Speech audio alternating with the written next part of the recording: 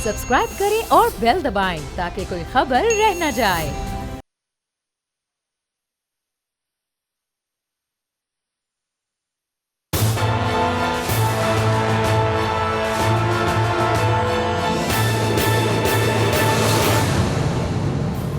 अस्सलाम वालेकुम नाज़रीन, मैं हूँ आपका मेज़बान समी इब्राहिम और आप देख रहे हैं प्रोग्राम तज्ज़िया। मेरे साथ हैं अलीना इलियास जो हमारी को एंकर हैं, और आज ख़ुसूसी तौर पर जनाब फ़ख्र रहमान साहब, बड़े सीनियर सहाफ़ी हैं, सुप्रीम कोर्ट के भी बड़े माहिर हैं, और इसके साथ साथ जो बैनुल-अक़वामी अमूर है उसको भी देखते हैं, और बहुत सारी जो इम्पोर्टेंट फ़ॉरेन पब्लिकेशंस हैं उनके लिए काम करते हैं। और फिर ऑफ़ कोर्स हमारे जनाब सदीक़ साजिद साहब जो हमारे सीनियर पॉलिटिकल कॉरेस्पॉन्डेंट हैं, और पीडीएम नून लीग ख़ास उनके रडार में रहता है। और आज पीडीएम का इजलास था, वो वहाँ पर मौजूद थे।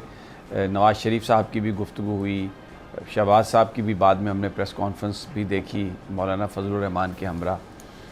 वहाँ पर क्या उसका आउटकम हुआ, तवक्को की जा रही थी कि शायद कोई जो वो फ़ैसला हुआ था कि शहर शहर, करिया करिया, गली गली जलूस जलसे किए जाएंगे, एक एहतजाजी तहरीक चलाई जाएगी, लेकिन उसकी बजाय एक बड़ा जलसा बरामद हुआ जो अगस्त के आखिरी हफ्ते में कराची में किया जाएगा। इसी पर बात करेंगे। इसके अलावा अफ़गानिस्तान से जो ख़बरें आ रही हैं उसमें तो ऐसा लग रहा है कि अमेरिका ये चाहता है कि पूरा अफ़गानिस्तान खाना जंगी की लपेट में आ जाए। जो प्रेसिडेंट जो बाइडन की जो स्टेटमेंट है, अगर आप उसको इस खित्ते की रियलिटीज़ के तनाज़ुर में उसको इंटरप्रेट करें तो जब वो ये कहते हैं कि मैं तमाम अफ़गान लीडर्स को कहता हूँ कि वो इकट्ठे हो जाएं, तो इसका मतलब ये लिया जा रहा है कि वो कह रहे हैं प्राइवेट मलेशियाज़ निकल आएँ, असला हम देते हैं और आप लड़ पड़ें। लेकिन आज हम थोड़ा सा एनालिसिस करेंगे कि बेसिकली जो सोवियत यूनियन ने गलती की थी, अमेरिका भी वही गलती कर रहा है, और उस वक्त जो मुजाहिदीन ने गलती की थी शायद आज तालिबान भी वही गलती कर रहे हैं, और पाकिस्तान कुछ नहीं सीख सका इस सारी सूरत हाल से।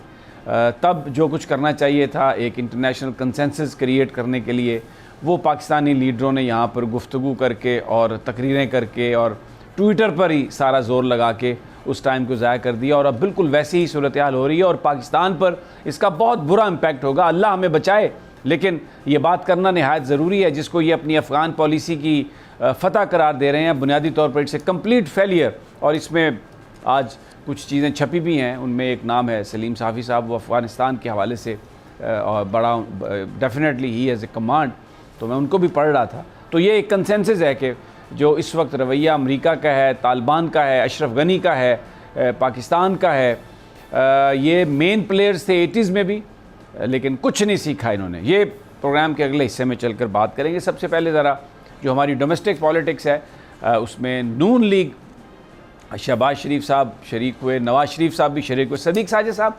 अगर कोई इम्पोर्टेंट मैं आपसे ये बात करूँ कि सब पीडीएम कौन सा मोमेंट था, क्योंकि मरियम नवाज़ साहबा ने ये कहा कि वो आ रही हैं वहाँ पर वर्चुअली, उन्होंने मीटिंग में शायद शिरकत की, और वो क्रूशल उन्होंने कहा कि ये मीटिंग है और बड़ी क्रूशल मीटिंग है उन्होंने कहा था। तो इस क्रूशल मीटिंग में क्या निकला फिर? सबसे पहले तो उन्होंने जो आज़ाद कश्मीर के इंतखाबात है, मैं सिर्फ पहले मरियम नवाज़ का आपको बता देता हूँ। उसके हवाले से कहा कि हमें जो है वो एक मनसूबाबंदी के तहत हराया गया, वहाँ पे हमारी कामयाबी यकीनी थी, लेकिन जो है वो वाज़ेह प्लानिंग थी हुकूमत की और मुख्तलिफ़ इदारों की। फिर वो ज़ुबान उन्होंने इस्तेमाल की कि उसके तहत जो है वो हमें शिकस्त दी गई। फिर जो उन्होंने अभी थोड़ी देर पहले ट्वीट किया है, इसका जिक्र किया कि मेरे बेटे की शादी है और मुझे नहीं जाने। हाँ जी, वो मैं आपको मरियम साहबा को हम मुबारकबाद भी देते हैं, उनके साहबजादे की शादी है, बड़ा हैंडसम जवान है उनका बेटा, और अल्लाह ताला खुशियाँ दे, कामयाबियाँ दे। हर घर में शादी जो है मुसर्रत लेके आती है। अपने ट्वीट में जिक्र किया उन्होंने कि मैं झूठे मुकदमे बनाए गए हैं जिसकी वजह से मैं ECL में मेरा नाम है, मैं बाहर नहीं जा सकती, लेकिन मैं कोई दरख्वास्त नहीं करूँगी। बहरहाल सियासत तो अपनी जगह पे है, लेकिन डेफिनेटली जो एक माँ का दिल होता है वो अपने बच्चे की शादी में बिल्कुल उनका दिल कर रहा होगा जाने के लिए। उनके जो जज्बात हैं वो बेहतर जानती हैं। और मैं ये आज जो शहबाज शरीफ साहब ने बात की कि लोगों की जो ज़ाती ज़िंदगियाँ हैं जिसमें ये शादियाँ होती हैं उस पर सियासत नहीं करनी चाहिए, और ना ही कोई उसमें जर्नलिज़म करनी चाहिए। तो इसलिए हम इस पे सवाए इसके कि हम उन्हें मुबारकबाद दें और अल्लाह ताला उन्हें ये मज़ीद जो खुशियाँ दे और इस शादी को कामयाब बनाए, क्योंकि जो बच्ची हैं वो भी जो सैफुर्रहमान साहब हैं पुराने साथी हैं नवाज़ शरीफ साहब के, बड़ी एक बिज़नेस फैमिली है, उनकी बच्ची से उनका वो हो रहा है, निकाह हो रहा है या मंगनी हो रही है। बहरहाल कॉन्ग्रेचुलेट टू मरीम नवाज़, नवाज़ शरीफ और शहबाज शरीफ और सफदर एंड एवरीबॉडी। जी आप शुरू रखिए जी सदीक साजिद साहब। दूसरा जो इम्पोर्टेंट आज फैसला सामने आया, तो वो जो मौलाना फजल रहमान पीपल्स पार्टी और एनपी के हवाले से वो गुनगुना रहे थे ना कि आजा तेन वखिया उड़ीक दिया दिल वाजा मारदा, वो दिल टूट गया उनका।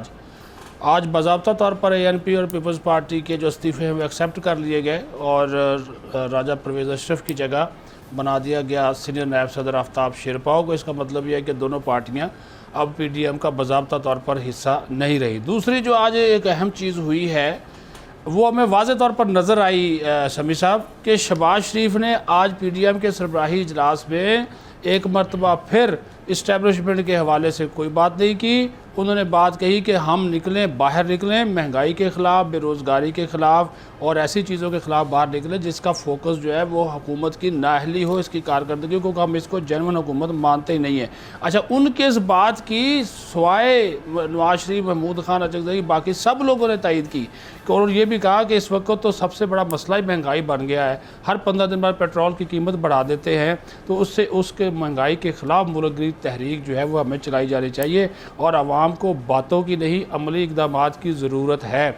मियाँ नवाज शरीफ साहब फिर आइनी इदारे अपनी हदूद में रहकर काम करें, हम इस हुकूमत को मानते नहीं हैं।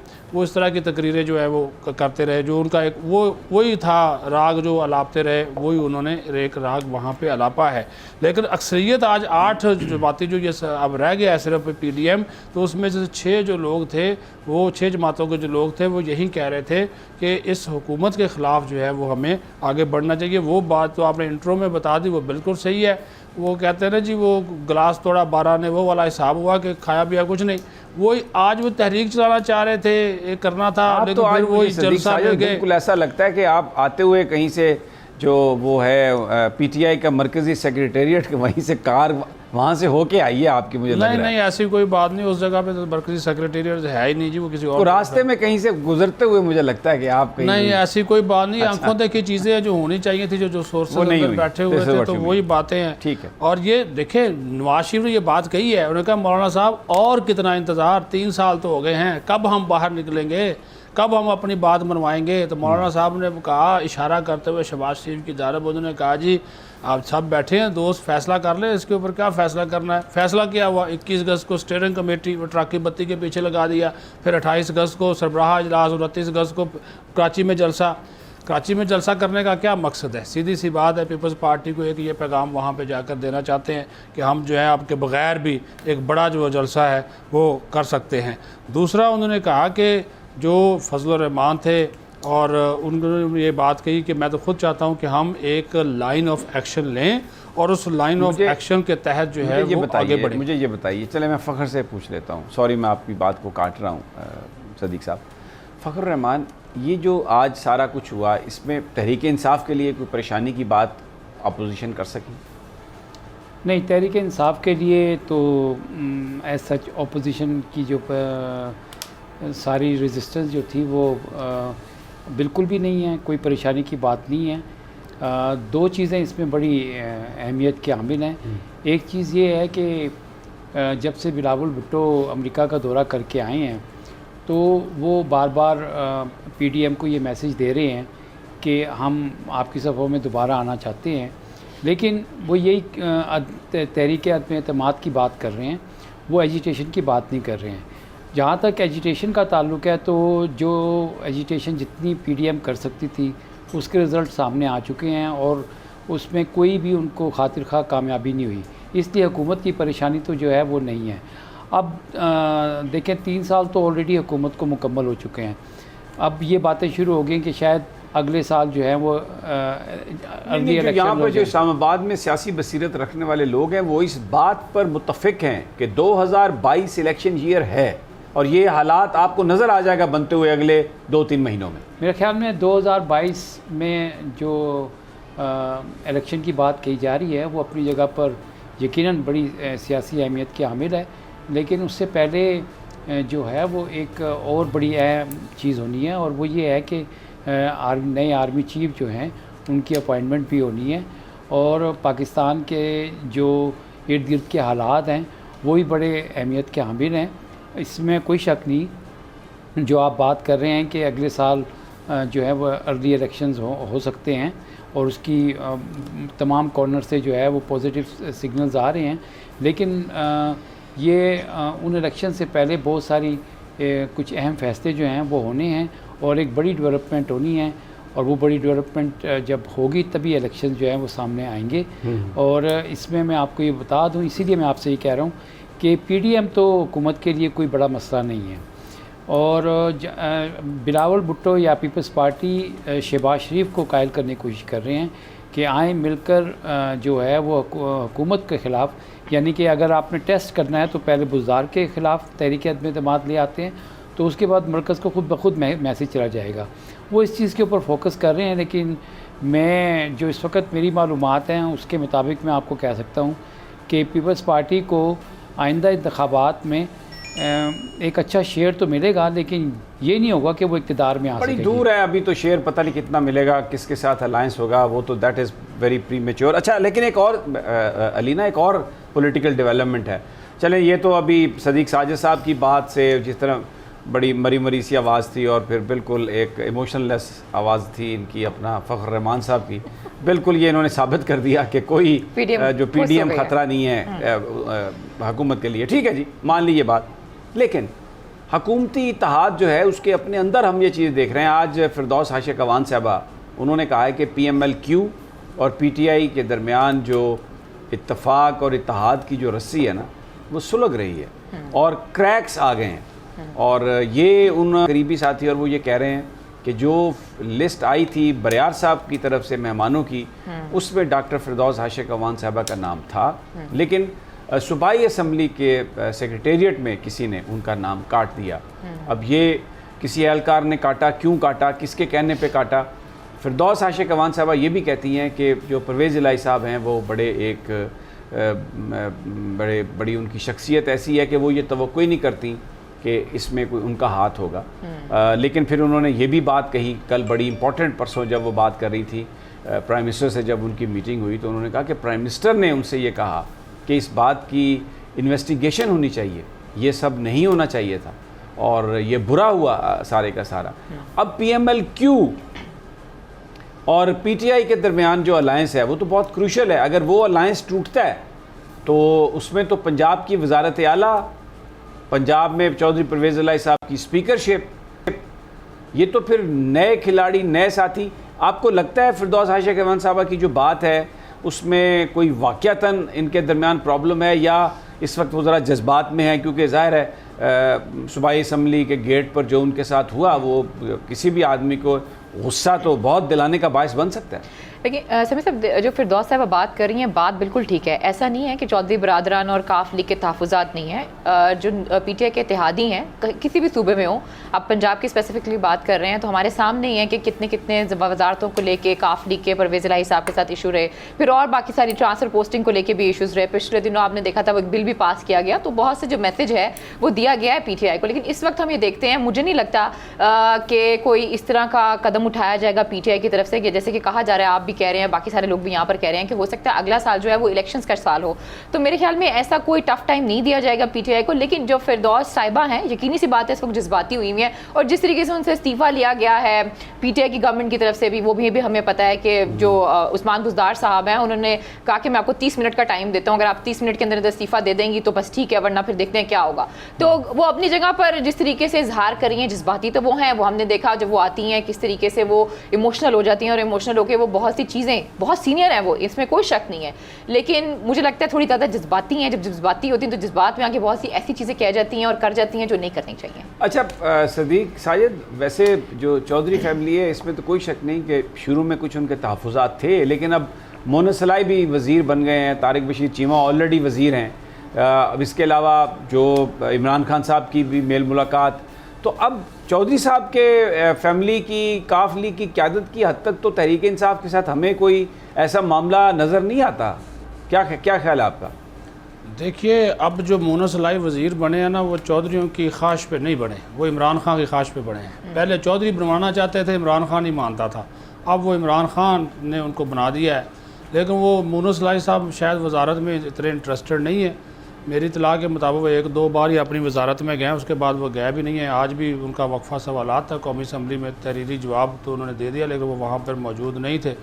वो काफ लीग के ना एक दोस्त है, तो उन्होंने चौधरी साहब से पूछा, उन्होंने कहा जी वो आप भी वसाइल के वज़ीर बन गए हैं।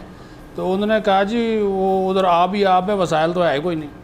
तो वो यानी कि वसाइल है ही नहीं, अगर आप ये डैम्स बनाने हैं, बाकी चीज़ें करनी है, अब वैसे भी 1.5 साल का अरसा रहेगा। लेकिन ये जो अलीना ने बात की है ना जी, ये बात, और फिरदौस आशिक अवान साहब ने जो बात की है, अंदर की बात ये है समी साहब के इख्तलाफ है इनके दरमियान, फ़ंड्स के इशू हैं।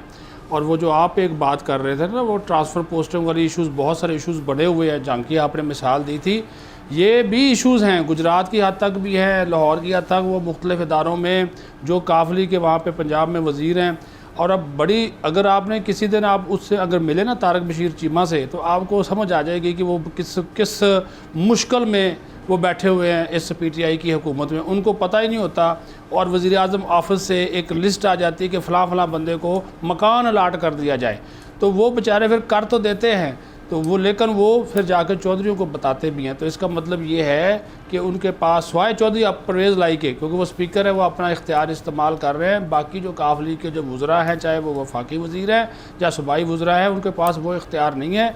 और ये वाकई उन्होंने सोचना शुरू कर दिया है काफ लीग वालों ने कि आइंदा जो है हमारा जो इत्तेहाद है वो होना चाहिए, नहीं होना चाहिए। क्योंकि आपका पता कोई नहीं, ब्रेक ले लें, मैं उससे पहले एक बात आपको वो बताना चाह रहा था कि आज ये बात हुई है समी साहब PDM के इजलास में कि ये पंजाब की हुकूमत को हम तब्दील कर सकते हैं, हम फ़ायदा उठा सकते हैं, इसकी तरफ हमें जाना चाहिए। लेकिन नवाज शरीफ ने कहा जी नहीं, हम नहीं जाएंगे इसकी तरफ। और हैरत अंगेज़ तौर पर शहबाज शरीफ ने भी ये बात की, उन्होंने कहा नहीं, हमें कोई ज़रूरत नहीं है, अगर हम वहाँ पे चले गए तो परवेज़ लाई बढ़ गया तब भी हमें नुकसान होगा, कोई अगर हमें ऑफ़र आ गई तब भी हमें नुकसान होगा, कि इतनी इन्होंने परफॉर्मेंस इतनी गंदी है कि लोगों ने जो है वो हमें छोड़ना नहीं है। तो इस वजह से वो जो बिलावल कह रहा था ना कि अदम एतमाद की तहरीक लाए, तो उसके ऊपर फिर ज़्यादा बात नहीं बनी, क्योंकि ये नून लीग वहाँ पर अक्सरियत अपोजिशन की अक्सरियत जमात है, तो वो इस चीज़ की तरफ जाने को तैयार नहीं है। या तो वो कहते थे अगर चौधरी आ गया तब भी नून लीग को नुकसान होगा कि हमारे ये पीछे पड़ जाएंगे, और अगर हमारा बंदा हमजा को हम बना देते हैं तो फिर भी उन्होंने कहा कि बेशक पीपल्स पार्टी के 10 लोग हैं वो हमारी सपोर्ट कर दें, तो उसका भी हमें फ़ायदा नहीं होगा। तो इस वजह से बुजदार ही हमारे लिए ठीक है। और सर देखा हमने JKT का जो ग्रुप था वो सबसे बड़ा ग्रुप था, बड़ा मजबूत ग्रुप था। अगर उनके साथ ये हो सकता है तो चौधरी बरादरान बहुत एहतियात करेंगे। हाँ, बैकडोर हम ये चीज़ कह सकते हैं कि इन सब ग्रुप की आपस में जो है वो बातचीत हो रही होगी। पीपल्स पार्टी बेशक जितना मर्जी परवेज़ चौधरी बरादरान का साथ दे दे, लेकिन नून लीग के बगैर बहुत सी चीज़ें नहीं हो सकती हैं वहाँ पर। तो आई थिंक बड़े एहतियात से कदम उठाए जाएंगे आने वाले दिनों में। अच्छा फ़खर,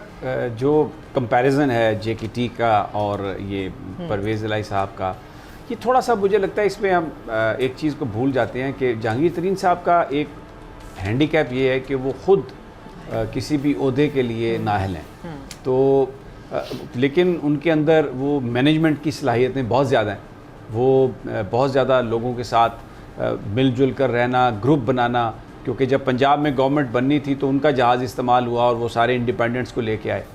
चौधरी साहबान जो हैं उनके मुकाबले में वो अपने जो उनके हमायती हैं उनके साथ बहुत इंट्रेंच्ड हैं। और फिर इसके अलावा बारे में ये परसेप्शन है जिसका वो हमेशा फ़ायदा उठाते हैं। वो परसेप्शन ये है कि चौधरी साहबान जब भी कोई मूव करेंगे तो इसका मतलब ये है कि इस्टेब्लिशमेंट उनके पीछे है। वो इस्टेब्लिशमेंट के को ख़ुद उनके साथ एक सेम पेज पे गए बगैर कोई भी बड़ा जो कदम है वो नहीं उठाते। तो अगर वो कोई भी मूव करेंगे तो एक तो वो उस वक्त करेंगे जिस वक्त उसकी मंजूरी कहीं से आ गई होगी, और अगर नहीं भी आई हुई, ख़ुद भी वो समझते हैं कि हम कोई गेम प्लान बना के तो इस्टेब्लिशमेंट को कायल कर सकते हैं, तो अपने परसेप्शन की वजह से वो ये काम कर सकते हैं। जहांगीर तरीन साहब के हवाले से भी आप समझते हैं कि इस तरह की कोई चीज़ है? बिल्कुल समी साहब, ये बात तो अपनी जगह पे दुरुस्त है कि ये जो दो पॉलिटिकल एलिमेंट हैं, इनकी जो भी मूवमेंट है वो इस्टेब्लिशमेंट के आशीर्वाद से और उनकी जो है आंखों के इशारे से जो है वो होती थी। लेकिन ये सिलसिला जो था वो हो गया, ख़त्म हो गया। जो शहबाज शरीफ थे वो काफ़ी अरसे से बिहाइंड द सीन जो हैं वो बहुत कुछ करने की कोशिश कर रहे थे, लेकिन एक जगह पर जाकर उनको जहाँ कामयाबी की उम्मीद नज़र आई रोक थी दिया जाता है वहाँ तो पे। उसके खींच बाद दिया जाता है, हाँ जाता है हाँ तो उनके एफर्ट सारे जो थे वो ख़त्म हो गए। अच्छा, एक आखिरी बात मैं इस वाले से आपको बता दूं कि इस वक्त ये जो पॉलिटिकल फोर्सेस हैं इनकी मेजर जो फोकस है कि नेक्स्ट DGISI कौन होगा, तो उसके बाद हम अपनी जो मूव्स हैं ख़ास तौर पर सियासत के हवाले इनका से फोकस क्या होगा? ये ना तो ये लगाने वालों में से है, ना ये हटाने वालों में से है। ये प्रोगेटिव प्राइम मिनिस्टर का है और पाकिस्तान के इदारों का है कि आर्मी चीफ कौन से 3 नाम भेजेंगे, प्राइम मिनिस्टर कौन सा नाम चुनेंगे, तो इनका तो इससे लेने देने ही नहीं है। लेकिन ये तो बिल्कुल बाहर है, आउटसाइडर हैं, 12वें खिलाड़ी हैं, बल्कि 15वें खिलाड़ी हैं। मैं आप बिल्कुल सही कह रहे हैं कि अगर उसको SOPs के तहत देखा जाए तो वो सारा कुछ इसी तरह से है, लेकिन मैं कुछ इन्फॉर्मेशन है जिसकी बुनियाद पे ये बात कर रहा हूँ कि वो क्या information? बहुत यही निगाहें लगी हुई हैं कि नेक्स्ट DGISI जो है वो कौन होगा, वो जब आ जाएं तो उसके बाद फिर पॉलिटिकल मूव्स जो हैं नेक्स्ट वो किस तरह से प्लान किए। अच्छा जी, ब्रेक लेनी है। यहाँ पे हमें जब वापस आते हैं तो सदीक साजिद से पूछेंगे आज जो शहबाज शरीफ साहब का जो कंडक्ट था और जो नवाज शरीफ साहब की गुफ्तगू थी, कहीं कोई ऐसा इंप्रेशन आया कि दोनों भाइयों के बीच में कोई इख्तलाफात हैं, या बिल्कुल ऐसा लग रहा था कि एक दूसरे के साथ मिलकर कलीमुल्ला सलीमुल्ला टाइप गेम हो रही है? लेकिन ये सब एक छोटे से वक्फे के बाद।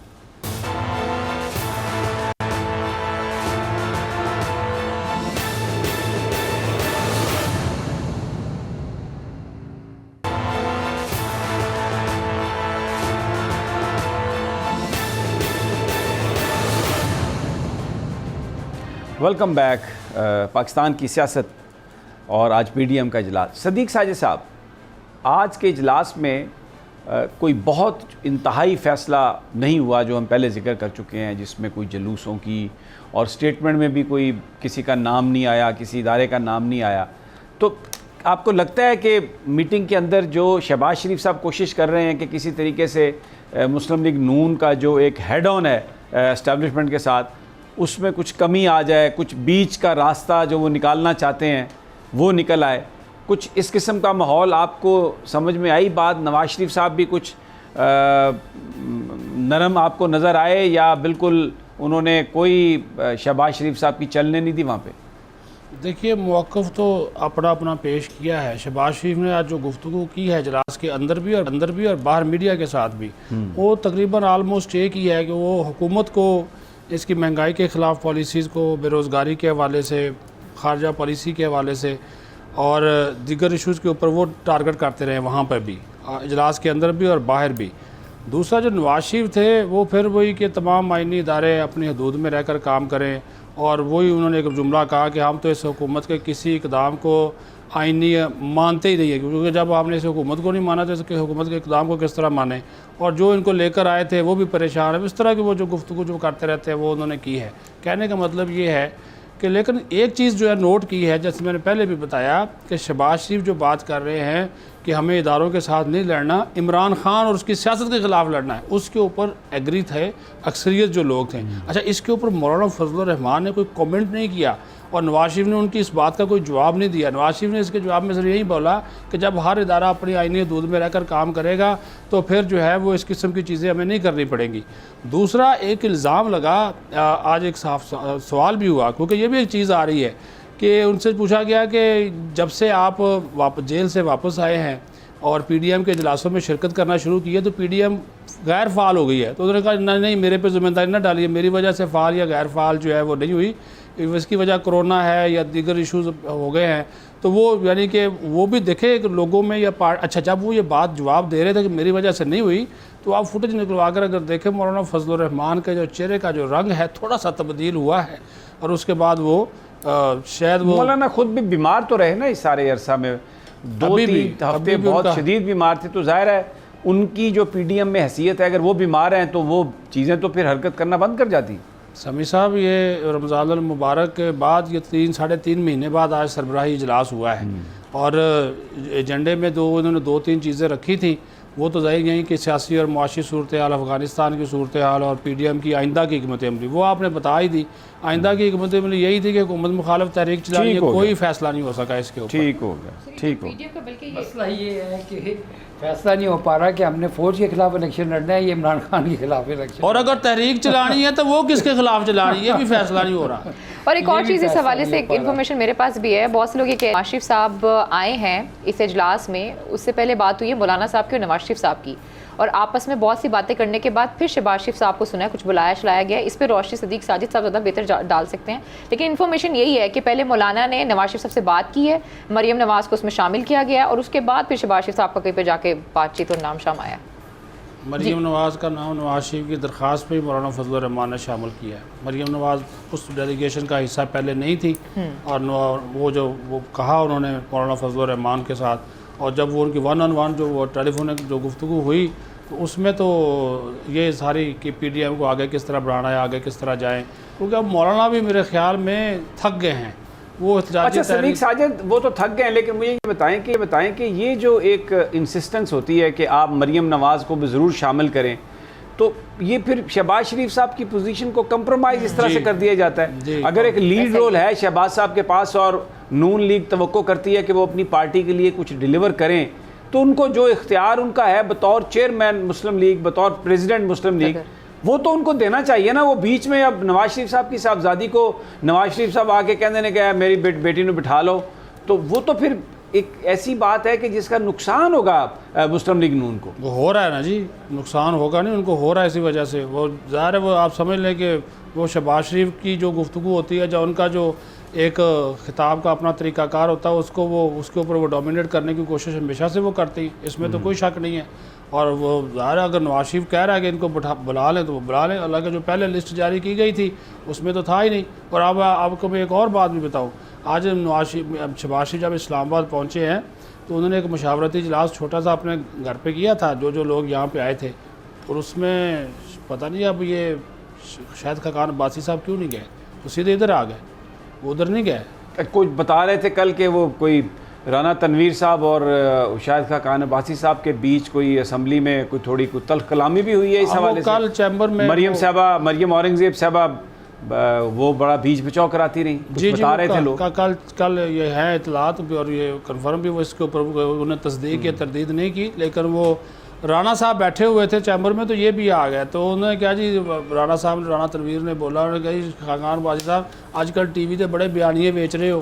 तो उन्होंने कहा जनाब आप मुझे मियाँ साहब से या शहबाज शरीफ साहब से हुक्म ले दें, मैं TV पे नहीं बेचूंगा ये बयानिए, मैं TV पे जाऊँगा नहीं। तो राना साहब ने बोला यार शहबाज शरीफ और नवाज शरीफ का बयानिया एक ही है, आप क्यों आपसे रिफ्ट पैदा कर रहे हैं। तो उन्होंने कहा मेरा कायद नवाज शरीफ है, ये उसने कहा शायद खाकान अब्बासी ने कि मेरा कायद जो है वो नवाज शरीफ है और मैंने कौन सी नई बात कर दी है। तो राना साहब ने बोला कि इसका मतलब है कि शहबाज शरीफ जो गलत बात कर रहे हैं। तो उन्होंने कहा मैं ये नहीं कहा कि गलत बात कर रहे हैं, उन्होंने कहा जी जो शहबाज शरीफ बात कर रहा है उसकी वजाहतें आप क्यों जाकर TV चैनल्स पे दे रहे हैं। और फिर वो गर्मा गर्मी हो रही थी, तो फिर मरियम औरंगजेब साहबा उठी हैं, उन्होंने कहा जी मुझे आप बहन समझे, बेटी समझे, मेरी आप अच्छा नहीं लगता, आप दोनों आपस में इस तरह की बातें जो है वो कर रहे हैं। तो ये चीज़ें तो चल रही है ना जी, ये हुआ है इख्तलाफ। कराची का देख ले, और बहुत सी चीज़ें निकल के, मोहम्मद ज़ुबैर उसने एक TV शो में बोला, उसने शायद एक सदीक साजिद हमें चीज़ नज़र आती है कि जो लोग अपनी ज़ाती हैसियत में किसी हलके में उनका वोट नहीं है, ज़ुबैर साहब हैं, मिफ्ता इस्माइल साहब हैं, और मैं आपको BCO नाम गिनवा देता हूँ, परवेज़ रशीद साहब हैं, जो सिर्फ नून लीग के टिकट पर ही मुंतखब हो सकते हैं, वो उनका जो बयानिया है वो बड़ा फ़ौज के ख़िलाफ़ है। लेकिन जो लोग हल्के की पॉलिटिक्स करते हैं, जिन्होंने इलेक्शन लड़ना है, जो पैसे लगाते हैं, जो रियल पार्टी की जान है, वो उनका अगर हम बात सुने तो उसमें बहुत सारे लोग ये अब बरमला इस बात का इजहार करते हैं कि ये इस्टेब्लिशमेंट के साथ जो लड़ाई है, ये 2022 या 23 में जब भी इलेक्शन होगा, ये मुस्लिम लीग नून की हमायत कम होगी, इसमें रोड होगी, एवेपोरेट्स हो जाएंगी सीट्स। इस चीज़ को, इस पॉलिसी को तब्दील करने की ज़रूरत है। और शायद इसीलिए ख्वाजा साद रफ़ीक आप देखें, अयाज सादिक देखें, ख्वाजा आसिफ देखें, ये बड़े सीजन पॉलिटिशियन हैं। आप इनकी बहुत सारी चीज़ों से इख्तलाफ भी कर सकते हैं, लेकिन उनकी जो पॉलिटिकल मैच्योरिटी है, जो सियासत को समझने की जो बात है, उस पर तो कोई दो राय नहीं है। बिल्कुल सही बात है, 100%। ये आपने तज्जिया बिल्कुल सही फरमाया जो मुंतखब अरकान पार्लियामेंट हैं नून लीग के, चाहे वो MP है, MNA या सेनेटर्स हैं, वो वही सोच रखते हैं जो आप बात कर रहे हैं।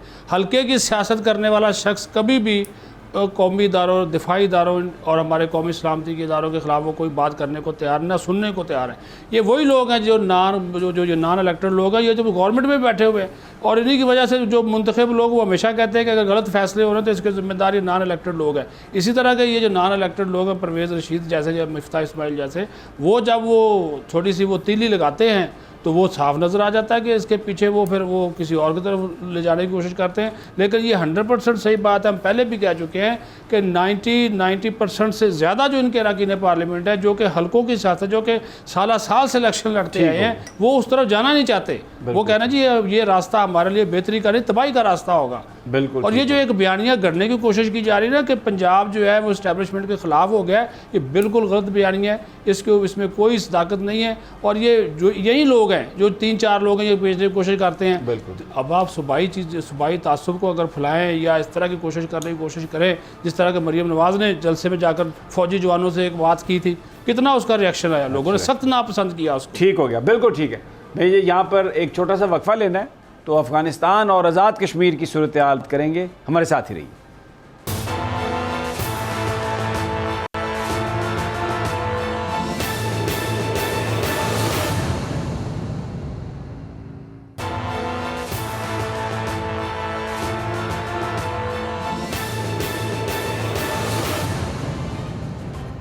वेलकम बैक नाजरीन। अफ़गानिस्तान जाने से पहले आपको ज़रा आज़ाद कश्मीर की सियासी सूरत हाल, उसमें बैरिस्टर सुल्तान महमूद चौधरी का फ़ैसला हो गया कि उनको सदर बनाया जाएगा। और अब इससे पहले जो सरदार तनवीर इलियास हैं वो सीनियर मोस्ट मिनिस्टर का हलफ उठा चुके हैं। जो पार्टी के अंदर जो धड़े हैं, अब एक चीज़ जिस पर परेशानी है और अलग-अलग इजलास मुनक़द किए गए कि जो काबीना है और जो महकमों को जो अलाट करना है, वो जो आज़ाद कश्मीर की पार्लिमानी पार्टी है, वो जो उनकी क़यादत है, वो ये कहते हैं कि ये इख्तियार उनके पास होना चाहिए। ये जो ऊपर से पैराशूटर आ जाते हैं, स्काई लैब गिरते हैं, ये उनको काबिल कबूल नहीं है। और इसमें एक मौके पर तो यहाँ तक भी बात मैंने सुनी कि इस्तीफ़े दे दें, बिल्कुल इस तरह की हम डिक्टेशंस नहीं मानेंगे दोनों ग्रुप्स की तरफ से। लेकिन बैरिस्टर सुल्तान महमूद अब पहले वो कह रहे थे कि वो सदर नहीं बनेंगे, लेकिन बड़ी आज हैक्टिक कश्मीर हाउस में भी कंसल्टेशंस हुई। फिर प्राइम मिनिस्टर जो थे आज़ाद कश्मीर के, वो सरदार इनके सिकंदर साहब, इनके सुल्तान महमूद चौधरी साहब के घर गए और इनको फिर मनाया उन्होंने सदर बनने के लिए। अब ये अपनी सीट से इस्तीफ़ा देंगे तो इनके साहबजादे मीरपुर से इलेक्शन लड़ेंगे और फिर शायद उनको कोई मिनिस्टर बना लिया जाएगा। तो अब अगर इसको मैं पॉलिटिकली ये देखूं सदीक साजिद, तो ऐसा लगता है कि अब बैरिस्टर सुल्तान महमूद चौधरी वजारत उज़्मा की रेस से तो बाहर हो गए, क्योंकि सदर बन गए, 5 साल सदर रहेंगे, और अगर इस्तीफ़ा भी दें बनने के बाद तो फिर 2 साल तक तो वो कोई इलेक्शन नहीं लड़ सकते। तो now he is no more candidate for the office of the prime minister. अब कयूम साहब जो हैं सरदार, वो प्राइम मिनिस्टर हैं, और सीनियर मिनिस्टर जो हैं वो सरदार तनवीर इलियास हैं। तो पार्टी के अंदर आपको लगता है कि कुछ स्मूथ सेलिंग हो जाएगी, या जो सुल्तान महमूद चौधरी साहब का धड़ा है वो अपने मामलात इसी तरह जारी रखेगा? समीर साहब, आपको याद होगा जो पहली इनके साथ कमिटमेंट हुई थी वो यही थी कि बैरिस्टर सुल्तान महमूद को सदर बनाया जाएगा और सरदार तनवीर इलियास जो हैं वो वज़ीर आज़म होंगे। ये इनकी पार्लिमानी पार्टी ने भी यही फैसला इमरान खान को भेजा था, लेकिन ज़ाहिर है इमरान खान साहब ने अपना बीच में से न्याजी निकाल लिया। अब वो चाह रहे थे कि 11 बंदों की तो वो बात कर रहे थे, बैरिस्टर सुल्तान के फॉरवर्ड ग्रुप बन जाएगा, पीपल्स पार्टी की सपोर्ट हासिल है, तो उसको फिर करने के लिए यही फिर उन्होंने फैसला किया कि बैरिस्टर को सदर बनाया जाए। और ये जो आपने बात की उनके बेटे को लाने की, ये बात उस वक्त भी हो रही थी। अब सरदार तनवीर इलियास साहब भी, उनकी भी यही ख्वाहिश थी कि चलो जी बैरिस्टर सुल्तान अगर सदर बनते हैं तो अच्छी बात है। तो ये तो वहाँ पे, लेकिन मेरे ख्याल में ये अगर तो ये टोटली तौर पर उस्मान बुज़दार साबित हुए सरदार कयूम न्याजी, तो फिर तो हो सकता है कि बैरिस्टर का जो ग्रुप है वो कोई ना कोई पर पुर्जे निकालेगा। लेकिन अगर वो थोड़ा सा अपने पाँव पे खड़े हो गए तो हो सकता है फिर ये 5 साल पूरे अगर तनवीर इलियास साहब की सपोर्ट होगी प्राइम मिनिस्टर को, हाँ, प्राइम मिनिस्टर का एतमाद होगा तनवीर साहब पर, तो फिर शायद पार्टी के अंदर जो मामलात हैं वो उसको कंट्रोल किया जा सकेगा। क्योंकि तनवीर इलियास के पास जो विज़न है एक सियाहत को फ़रोग करने के लिए, फिर उनका एक अपना एक्सपीरियंस भी है, दो he is new in the politics, but Punjab में जिस तरीके से उन्होंने इन्वेस्टमेंट को बोर्ड को चलाया है, तो उसमें ऐसा लगता है कि अब ये फ़ैसला इसलिए किया गया है कि बैरिस्टर साहब भी खुश हो जाएं, थोड़ा इत्मीनान करें, और जो विज़न है प्राइम मिनिस्टर इमरान खान का और जो कश्मीरी क़यादत चाहती है कश्मीर में डेवलपमेंट, टूरिज़म, इंडस्ट्रीज़ के लिए, IT के लिए, जॉब्स के लिए, वो आसानी से हो सके। तो लगता है आपको तनवीर इलियास साहब वो उस विज़न को आगे ले जा सकेंगे आसानी से? जी बिल्कुल, ये आपकी सही बात है। और तनवीर इलियास साहब ने भी इसमें रोल प्ले किया कि बैरिस्टर को उन्होंने कहा जी मैं तो अपने वादे पे उस वक्त भी कायम था, अब भी कायम हूँ, आपको जो है बात का मान रखना चाहिए। ये सारा सरदार क्यूम के साथ साथ तनवीर इलियास का भी इसमें रोल है कि बैरिस्टर सुल्तान इस चीज़ के ऊपर आमादा हुए हैं और अब वो सीनियर मोस्ट वजीर हैं आज़ाद कश्मीर के प्राइम मिनिस्टर और के अब बाद। उनके लिए सिचुएशन खासी जी कंफर्टेबल होगी अगर काबीना में जो महकमों को जो अलॉट करना है वो अगर सही अंदाज में पार्लिमानी पार्टी के या जो क़यादत है वो अगर उसको ये इजाज़त मिल जाए करने की। जी बिल्कुल। अच्छा जी, अब आ जाते हैं फ़खर रहमान। बाइडन कहते हैं कि तमाम अफ़गानियों को इकट्ठा होना पड़ेगा और इसका मतलब ये है कि लड़ना पड़ेगा। ज़रा वो बाइडन साहब के ज़रा सुनवा दें शॉट। यानी वो ये कह रहे हैं कि मसला देंगे, एयर सपोर्ट देंगे, अब आपको लड़ना होगा। किसके खिलाफ लड़ना होगा भाई? अगर मुल्क है, उसकी आर्मी है, तो दे आर टेकिंग केयर। तो ये प्राइवेट मलेशिया बना के, तो ये तालिबान के साथ और फिर जैसे बॉम्बिंग और ये सारा, तो ये तो अमेरिका तो ये चाह रहा है कि वहाँ पर खूब भरपूर अंदाज में लड़ाई हो, और ये बिल्कुल ऐन उसकी पॉलिसी के मुताबिक है। अगर अफ़गानिस्तान में अफरा तफरी हो तो CPEC कहाँ से चलेगा? फिर गवादर से सेंट्रल एशिया कैसे जाएंगे आप? बिल्कुल समी साहब, उनके इरादे तो ऐसे ही हैं, लेकिन दो तीन चीज़ें बड़ी स्ट्रेटजिकली बड़ी इम्पोर्टेंट हैं और इम्पोर्टेंट डेवलपमेंट हुई है। वो ये हुआ है कि जो अफ़गान तालिबान हैं वो अफ़गानिस्तान का जो नॉर्दर्न एरिया है वहाँ पे उन्होंने जो इलाके अपने कंट्रोल में किए हैं, ये वो इलाके हैं जो जहाँ पर एथनिकली तुर्कमैन, उज़्बेक या ताजिक रहते थे। आपको पता है जब आज से 20-24 साल पहले जब अफ़गान तालिबान मंजर आम पर आए थे, मुजाहिदीन जिन्हें कहा जाता है, जी हाँ, तो उस वक़्त एक शुमाली तात का ग्रुप जो था जो बना था, और तो उसको बैरूनी जो सपोर्ट जो थी वो सबसे ज़्यादा थी ताजिकिस्तान से और इधर से, और दीगर जो वेस्टर्न कंट्रीज थी उनसे काफ़ी सपोर्ट हासिल थी। इस दफ़ा ये इलाके जो थे ये तालिबान के कंट्रोल में नहीं थे उस वक़्त, और तालिबान जो थे वो जब 9/11 के बाद उन पर हमले हुए तो उस वक़्त थोड़ा सा हिस्सा जो था 5% का वो बदख्शां तक पहुंच चुके थे, लेकिन वो नहीं कैप्चर कर सके थे। दूसरी बात ये हो रही है कि जो अफ़गानिस्तान के अंदर कोशिश हो रही है कि वो अफ़गान तालिबान जो हैं वो तमाम एथनिक ग्रुप्स को साथ लेकर चलना चाह रहे हैं, और उनको ये बार बार मैसेजिंग कर रहे हैं कि हमारा कत्ले आम का या इस तरह का इंतकाम का कोई इरादा नहीं है, सिर्फ वो उनके साथ लड़ रहे हैं जो उनके ऊपर गोली चला रहे हैं। तो यकीनन अफ़गानिस्तान के अंदर देखें ना, अफ़गान तालिबान तो वो भी अफ़गानिस्तान का हिस्सा है। इस वक्त अफ़गानिस्तान को बैरूनी जारियत का तो सामना नहीं है। नहीं, इसमें देखिए बैरूनी जारियत का ही सामना है ना। वहाँ पर अमेरिकन है, दूसरे बॉम्बिंग हो रही है, तो वो बैरूनी जारियत ही है, वो अफ़गानी तो नहीं है। अच्छा, इसमें थोड़ा समय अगर मुझे इजाज़त है, टाइम क्योंकि कम है। देखिए जब मुजाहिदीन थे यहाँ पर, उस वक्त अमेरिका जो है वो अचानक चला गया था, और बिल्कुल ये रशिया की मैं बात कर रहा हूँ, रशिया नजीबुल्लाह को बिठा के तो चले गए और उसको कहा कि तुम लड़ो। वो गवर्नमेंट फॉल हो गई उसकी। नजीबुल्लाह उस वक्त अलायंस करने के लिए बहुत ज़्यादा संजीदा थे, लेकिन मुजाहिदीन संजीदा नहीं थे। उसका नतीजा क्या हुआ? नजीबुल्लाह चला गया, काबुल पे कब्ज़ा हो गया, उसके बाद वो मुजाहिदीन के ग्रुप आपस में लड़ते तो बीच में तालिबान पैदा हो गया। अभी अमेरिका के बाद अब रूस से कुछ नहीं सीखा अमेरिका ने, वो भी अशरफ गनी और तालिबान के दरमियान किसी मुआहदे के बगैर अब्रप्टली वहाँ से जा रहा है। अच्छा, अब अशरफ गनी मुआहदे में संजीदा नहीं है, तालिबान ये कह रहे हैं कि जी हम बात करना चाहते हैं, लेकिन अशरफ गनी को बात करने के लिए तैयार ही नहीं। ना सिर्फ नजीबुल्लाह के पास 50,000 फौज थी, बट ही फॉट वेल। इनके पास 2 लाख की फ़ौज है, थोड़ी बहुत एयरफोर्स भी है, लेकिन आप ये देखें इन्होंने आर्मी चीफ बरतरफ कर दिया जो 21 जून को बनाया था। कोई यानी एवरीथिंग इज़ इन डिसअरे।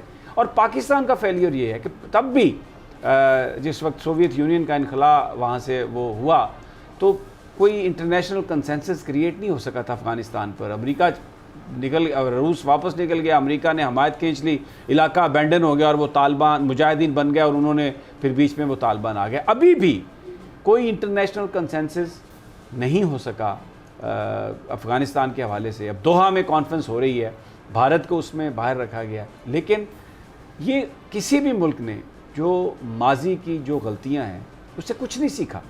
हमें भी अपने यहाँ पर वो एक रेट्रिक नज़र आ रही है, जैसे कोई रेटोरिक भी बोलते हैं लोग कि जी वो हम ये कर देंगे, ट्विटर आ रहे हैं, वो जी फलां ज़िम्मेदार है। कोई ज़िम्मेदार है या नहीं? अगर ग्राउंड पर सिचुएशन बेहतर नहीं होती तो उसका सबसे बड़ा उसका जो नुकसान होगा वो पाकिस्तान को होगा, क्योंकि हम सी पैक के ज़रिए अपनी इकोनॉमी को we are trying to turn the tables around, but if there is no CPEC, if there is no peace in Afghanistan, so how you can travel from Gwadar to Central Asian states, and what will be the future of that train service between Uzbekistan and Pakistan? जनाब फ़खर रहमान साहब। जी बिल्कुल, मैं आपकी इस बात से agree कर रहा हूँ कि अफ़गानिस्तान के अंदर अदम इस्तेकाम जो है उसको कायम रखने की बैरूनी जो क़ुव्वतें हैं उनकी ये साजिश है और वो इसके ऊपर अमल दरामद भी करने के लिए मनसूबाबंदी कर चुके हैं। लेकिन जो इस वक्त रशिया और चीन और ईरान जो इम्पोर्टेंट ममालिक हैं अफ़गानिस्तान के, उनकी भी बहुत कंसर्न्स हैं और इस वक्त उनका पूरा फोकस है और अफ़गान तालिबान के उनके साथ राब्ते हैं। तो यकीनन ये एक खौफनाक सूरत हाल जिसको हम खाना जंगी की बात कर रहे हैं और पाकिस्तान की तरफ जब बड़ी तादाद में माजरीन के आने के साथ 8 लाख या 10 लाख के करीब इस तरह का एक फ़िगर बताया जा रहा है आएंगे, इसमें भी आपकी बात को मैं सब्सटेंशिएट करूंगा कि इस वक्त पाक अफगान बॉर्डर के ऊपर जो पाकिस्तान ने फेंसिंग की है वो टारगेट है और उसको उड़ाने की कोशिश की जाएगी ताकि अफ़गानिस्तान के अंदर जो प्रॉक्सीज़ हैं दाइश की और टीटीपी की, उनको पाकिस्तान के अंदर दाखिल किया जाए ताकि सी पैक जैसे मंसूबे जो हैं इनको टारगेट किया जाए और यहाँ पे बदअमनी फैलाई जाए। इसलिए मुझे लगता है कि चाइना ने डायरेक्टली तालिबान के साथ बात की है, क्योंकि हमारे यहाँ इस्लामाबाद में भी जो अमेरिका के लिए मोहब्बत है वो बहुत ज़्यादा है और अगले 1-2 दिनों में हम प्रोग्राम करेंगे कि इंशाल्लाह 1-2 दिन पहले एक बड़ी ब्रीफिंग हुई है, सहाफ़ी थे, बड़ी इंपॉर्टेंट ब्रीफिंग थी, उसके कुछ मंदरजात मुझे उनके बारे में इल्म हुआ है। इंशाल्लाह कल उनका ज़िक्र करेंगे और थोड़ा सा असेस करने की कोशिश करेंगे कि हम लोग कहाँ खड़े हैं और अब हम किस सिमत में जा रहे हैं। इजाज़त दीजिए, कल इंशाल्लाह मुलाकात होगी। अपना और अपने साथियों का ख्याल रखिए। अल्लाह ने के बाद।